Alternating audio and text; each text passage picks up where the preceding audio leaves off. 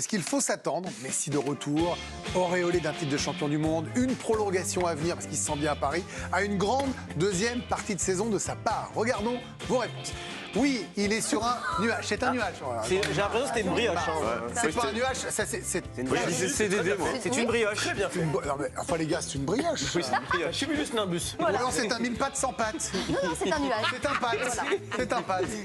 Je ne crois pas pour Karim Benani. Ah, j'y crois en revanche pour Benoît. Toujours pas garanti, merci Anthony. Bah oui, j'espère. Alors ça, c'est un souhait pour Émilie. Et si, parce que bon, du coup, vous êtes bilingue, Raphaël. C'est bon. Vous y croyez, Benoît Trémoulinas? Parce que vous vous souvenez, on s'interrogeait tous, parce que c'est la première fois que ça arrivait, une Coupe du Monde en pleine saison. Dans quel état psychologique, physique vont revenir les trois stars du PSG? On savait qu'il n'y en aurait qu'un qui gagnerait la Coupe du Monde, une grande chance. C'est pour Messi, vous le voyez lancer? J'ai envie d'y croire. C'est pas pareil. J'ai envie d'y croire parce que je pense qu'il a laissé beaucoup d'énergie durant cette Coupe du Monde, que ce soit aussi physique, mentale. Voilà, il était en mission au Qatar et il a vraiment tout donné. Je ne l'ai jamais vu autant défendre aussi durant tous ces matchs-là. Il est plus tout jeune, donc j'espère qu'il aura surtout bien digéré. Et j'ai envie s'il prolonge, c'est qu'il a encore de l'ambition. Oui, mais j'ai envie vraiment qu'il continue sur cette lancée de la Coupe du Monde, qu'il fasse une deuxième partie de saison incroyable, pour qu'il puisse arriver encore à ce dernier ballon d'or pour moi. Parce que je pense que ce sera le... Vous pensez que c'est un de ses objectifs?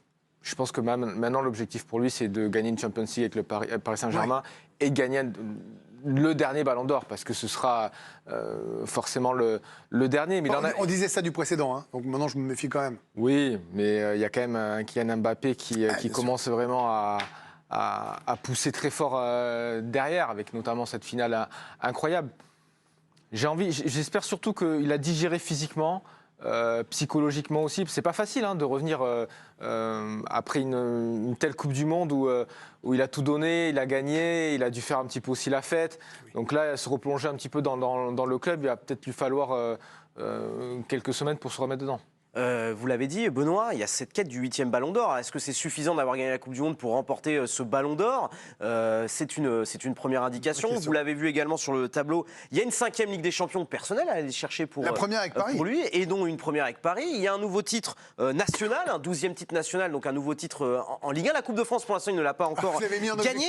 Et puis, il y a ce petit record peut-être personnel. Il peut devenir le joueur ayant remporté le plus de trophées en carrière. Il pourrait égaler Daniel Alves, voire même le doubler en cas de doublé ou de triplé. Daniel Alves, c'est 43 trophées, pardon. Messi est à 42 trophées. Non mais là, on disait de manière un peu ironique que la Coupe de France nous pardonne. Vous l'avez mis en objectif, mais là, Anthony, vous avez répondu, bah oui, il ne l'a pas. Donc ces gens-là ont tout gagné. Enfin, la Coupe de France, c'est pas rien. Puis depuis qu'il n'y a plus la Coupe de la Ligue, finalement, il n'y a plus que 2 trophées nationaux. Donc, à son âme, la Coupe de la Ligue. Et c'est quand même une vraie coupe prestigieuse, c'est pas rien, une Coupe nationale. Vous avez un doute quand même sur cette zone de saison? Parce qu'on a quand même le sentiment que... pardon, je vais me faire un auto-bingo, l'appétit vient en mangeant, mais là, on a l'impression que lui, il est prêt à... On n'a pas le sentiment qu'il a envie de ralentir. Il peut se tromper, hein.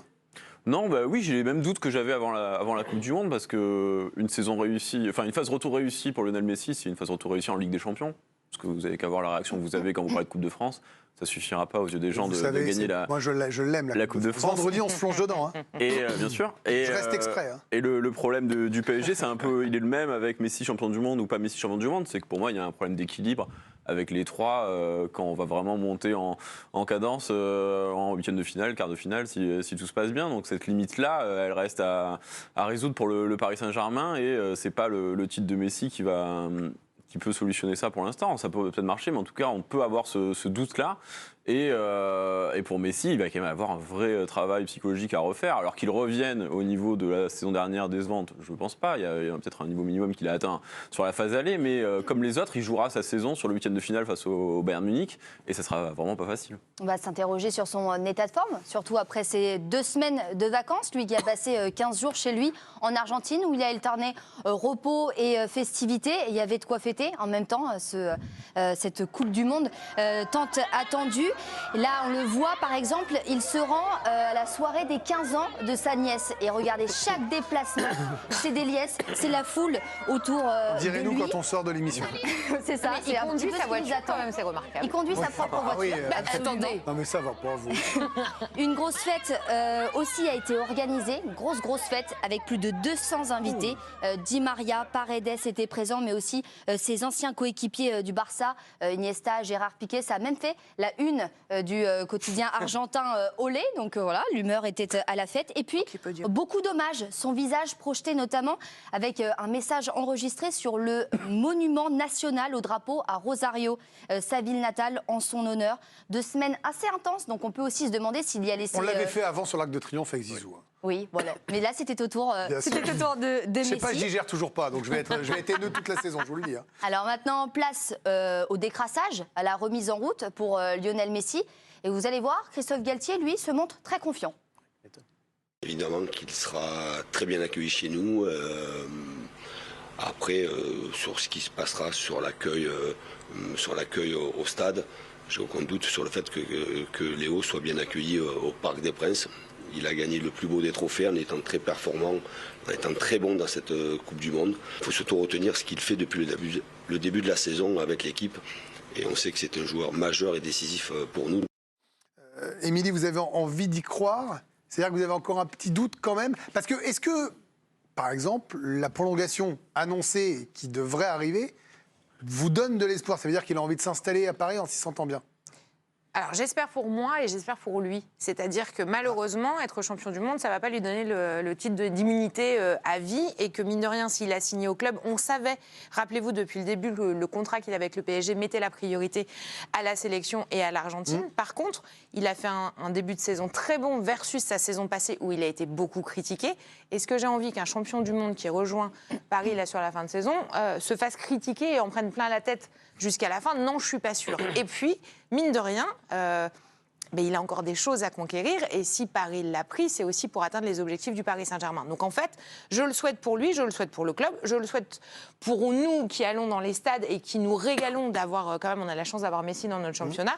Donc j'espère qu'il ne va pas se perdre. Et surtout... Je fais un autre parallèle, même si les histoires sont très différentes. Regardez comment on parle actuellement de CR7. Je n'ai pas du tout envie que l'histoire de Messi se termine en autre boudin, parce qu'en fait, en club, on ne le verra plus rien faire et qu'il va être... On en parlera juste après. Très belle passe décisive. Ça sera à l'ouverture du Footoir Mercato. Karim Benani, est-ce que pour le PSG, Détroit, non, Mbappé, c'est encore à part. Est-ce que ce n'est pas une bonne nouvelle que ce soit plutôt Messi que Neymar qui ait gagné la Coupe du Monde pour la seconde partie de saison? Oui. Vous avez toutes les questions piégeuses et je sais que vous êtes capable de répondre. Oui, mais on en avait déjà parlé. C'est la moins pire des solutions pour les trois. Je pense que malgré tout, Neymar est content que Messi la gagne et qu'il préférait que Messi gagne plutôt que Mbappé. Et Mbappé est moins déçu peut-être que ce soit Messi qui... termine entre guillemets. Dans la guerre des égaux, quoi. Voilà, en Coupe du Monde, avec le trophée suprême. Après, souvenez-vous du titre en 2018, quelques joueurs de l'équipe de France avaient dit très compliqué de se replonger dans le quotidien du championnat après ce titre-là. Pensez à Paul Pogba qui en avait parlé, qui avait dit j'ai même eu un spleen après derrière, une sorte de, pas de burn-out, mais je redescends du nuage dont parlait Alicia. Et là, le souci, c'est que il n'y a eu que 2 semaines de vacances pour redescendre de ce nuage-là. La mise en route va être très longue, je pense, physique déjà, parce que je ne suis pas sûr qu'il ait fait beaucoup de footing pendant les 2 semaines. Je pense qu'il a mangé pas mal de barbecue, mais peu de footing. Donc il va falloir le remettre en route. Et le Bayern, ça arrive vite, c'est dans un mois. Donc, un mois et demi. Oui, le 14 février. Donc c'est 14 février, oui, c'est dans un mois. Allez, on va dire un mois tout cassé. Il faut qu'il soit prêt. Il faut qu'il soit prêt le match précédent. Donc c'est dans un moa. Après, c'est un grand et demi. Oui, donc j'allais terminer là-dessus. Si on se réfère juste au talent, bien sûr que le talent il l'a et qu'il va nous gratifier de moments d'excellence dans cette deuxième partie de saison. On en est persuadé parce qu'il a retrouvé, je trouve, le niveau qu'il avait à Barcelone sur quelques coups d'éclat et il l'a montré pendant la Coupe du Monde. Il peut faire aussi comme Maradona a fait après 86 où il avait été la star de cette Coupe du Monde-là. Il avait réussi avec Naples derrière à gagner des titres, à gagner la Coupe de l'UEFA. Mais justement, est-ce que c'est pas ça son objectif, se dire je gagne tout, le rouleau compresseur de l'année? Le problème, c'est qu'il a tout gagné. Et c'est ça le problème, c'est que le Ballon d'Or, il l'a gagné 7 fois, que la Ligue des Champions, il l'a gagné 4 fois. Et je me dis, allez s'arracher le titre de champion de France, il l'a gagné l'an dernier. Ça remonte, Karim. Oui, mais gagner avec le PSG, est-ce que ça compte ça pour ne lui? manquera pas à sa carrière dans 5-10 ans s'il n'a pas gagné la Coupe de France. On sera là pour le rappeler. Un deuxième titre de champion de France. Il s'en sortira pas comme ça. Ce que je veux dire, c'est qu'il a tout gagné. Non mais vraiment, non mais j'entends ce que vous dites et vos arguments sont bons, mais je rebondis sur vos propos et tout le monde peut réagir. Est-ce que vous ne pensez pas, peut-être pas autant qu'Mbappé, mais gagner avec le PSG, c'est encore différent avec Barcelone pour lui. Non, je crois pas. Gagner dans plusieurs clubs pour être encore le plus grand. Il a un attachement viscéral à Paris, je crois pas. Non, moi je dis juste, honnêtement, si vous m'aviez posé la question, s'il y avait eu une trêve plus longue liée à l'été, trêve estivale, je vous aurais dit, est-ce qu'il part pour une saison magnifique, Messi? Je vous aurais dit peut-être oui, parce qu'il a un objectif différent, il a re-signé au PSG, ok. Là, deuxième partie de saison, il y a eu 2 semaines de vacances, il reste 4-5 mois de compétition, je ne le vois pas aller s'arracher sur un match à 3 ou sur un match à Lorient. On lui demande pas ça. Un soir à 21h. On l'attend pas sur 3 oui, et mais sur bon, Lorient. il aura besoin de jouer ses matchs de championnat aussi. Parce que le PSG n'est pas encore sacré champion de France officiellement, parce que le PSG devra préparer des matchs de Ligue des Champions. Est-ce que c'est pas justement une bonne nouvelle pour le championnat d'abord et pour le PSG ensuite? Qui joue pas ces matchs-là? Non. Qu'il y a eu ce qui s'est passé à Lens, que ce soit serré, et que donc du coup les gars soient concentrés, pas aller en demi-teinte. Je ne crois pas que Christophe Galtier tienne ce discours-là dans le vestiaire. Au contraire, je pense qu'il est plutôt inquiet de se dire que s'il m'en manque un, ou deux, là c'était le cas. Oui, mais psychologiquement, Neymar... Non, mais c'est bien que tout le monde puisse être mobilisé, qu'il y ait une vraie lutte. Le problème, c'est qu'il y a 4 points d'écart, ils sont quand même... Anthony, il a un tel statut aujourd'hui, il l'avait déjà, mais il a un tel statut aujourd'hui qu'il pourra choisir ses matchs. Je suis persuadé qu'en discussion avec Galtier, il se dira, bon, le match à Lorient... Mais il n'y en a pas un qui croit au tableau. Je vais peut-être pas jouer ce match-là. On tourne la parole. Sauf que jusqu'à présent, il joue plus tôt. Anthony, le tableau de draft était incroyable sur les objectifs. Peut-être sur les trophées. On rappelle, Daniel Alves a gagné 43 trophées. C'est le joueur qui a gagné le plus de trophées chez les professionnels. Et lui est à 42. Donc il peut battre un record personnel, parce qu'il y a toujours cette lutte, par exemple, avec Ronaldo. Benoît, vous avez été joueur. C'est des objectifs qui peuvent compter pour un garçon comme Messi? Ça peut compter, mais il en a tellement gagné. Il a tout gagné. Il a tout gagné, c'est vrai. De la team Benani, vous êtes du filet à coton. Il a tellement gagné. Non, moi, je pense que tout se jouera sur le physique. Voilà. Effectivement, il n'y a que 2 semaines de vacances. Et je pense qu'il physiquement, un peu l'amour du maillot il a fini vidé. Hein. Il était vidé.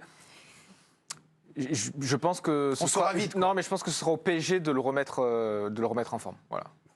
Raphaël, on finit avec son début de saison? Oui, parce que est-ce qu'on va voir Kylian Mbappé, en tout cas sa première partie de saison? Rappelez quand même ce qu'il a fait sur la première partie de saison au Paris Saint-Germain. Il était parti sur des bases assez énormes. La deuxième meilleure note moyenne en Ligue 1 derrière Neymar, quasiment à 7.